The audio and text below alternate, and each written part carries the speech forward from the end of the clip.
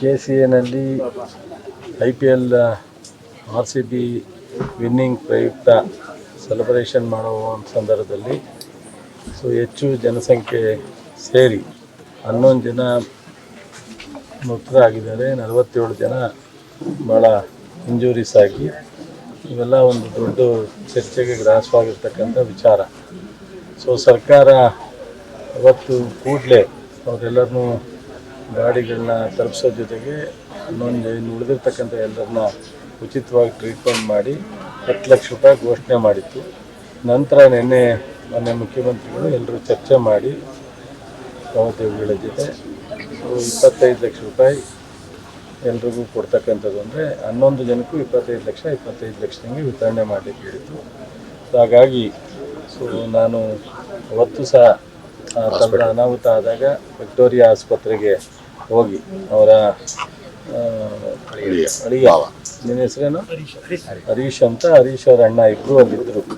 ನಮ್ಮ ತಾಂಡವಮೂರ್ತಿ ಅಂತ ಇವ್ರ ಸಂಬಂಧಿಕರೇ, ಅವನು ಅಂತ ASI ಅವನು ಅಲ್ಲಿದ್ದರು. ಅವಾಗ ನಾನು ಹೋಗಿ ನೋಡ್ಕೊಂಬಂದೆ. ಭಾಳ ತುಂಬ ದುಃಖದ ಸಂದರ್ಭ. ಆ ಹುಡುಗನ ಬಾಡಿ ನೋಡಿದ್ರೆ ಬಹುಶಃ ಅವನಿಗೆ 26 ವರ್ಷದ ಹುಡುಗ, ಮದುವೆ ಆಗುವಂಥ ಸಂದರ್ಭ. ಹೆಣ್ಣು ನೋಡಿದ ಮನುಷ್ಯ, ಇಂಜಿನಿಯರಿಂಗ್ ಮಾಡ್ಕೊಂಡು ಪ್ರೈವೇಟ್ ಕಂಪ್ನಿಯಲ್ಲಿ ಕೆಲಸ ಮಾಡ್ತಾಯಿದ್ದ ಮೈಸೂರಿನಲ್ಲಿ. ದುರಾದೃಷ್ಟ, ಇವೆಲ್ಲ ಘಟನೆ ನಡಿಬಾರ್ದು. ಹಾಗಾಗಿ ಸರ್ಕಾರ ಒಂದು ಒಳ್ಳೆ 25 ಲಕ್ಷ ರೂಪಾಯಿ ಪ್ರತಿಯೊಬ್ಬರಿಗೂ ಕೊಡಬೇಕು ಅನ್ನೋ ತೀರ್ಮಾನ ತಗೊಂಡಿತ್ತು. ಅದಕ್ಕೆ ನಾನು DC ಅವರು, ಕ್ಷೇತ್ರದ ಶಾಸಕರಾದ ಮಂಜುನಾಥ್, ಚಂದ್ರಶೇಖರ್, ಅಂಬರೀಶ್ ಎಲ್ಲರೂ ಸಮ್ಮುಖದಲ್ಲಿ ಅವ್ರ ಕುಟುಂಬಕ್ಕೆ, ಅವ್ರ ತಂದೆ ತಾಯಿ, ಅವ್ರ ತಂಗಿ, ಅವ್ರ ಭಾವ ಎಲ್ಲರೂ ಇದ್ದಾರೆ. ಸಮಯದಲ್ಲಿ 25 ಲಕ್ಷ ರೂಪಾಯಿ ತಲುಪಿಸಿದ್ದೀವಿ. RCBಯಿಂದ 10 ಲಕ್ಷ ರೂಪಾಯಿ ಕೊಡ್ತೀವಿ ಅಂತ ಘೋಷಣೆ ಮಾಡಿದ್ದಾರೆ. KCAನವರು 5 ಲಕ್ಷ ರೂಪಾಯಿ ಕೊಡ್ತೀವಿ ಅಂತ ಘೋಷಣೆ ಮಾಡಿದ್ದಾರೆ. ಅದು 15 ಲಕ್ಷ ರೂಪಾಯಿ ಬರುತ್ತೆ.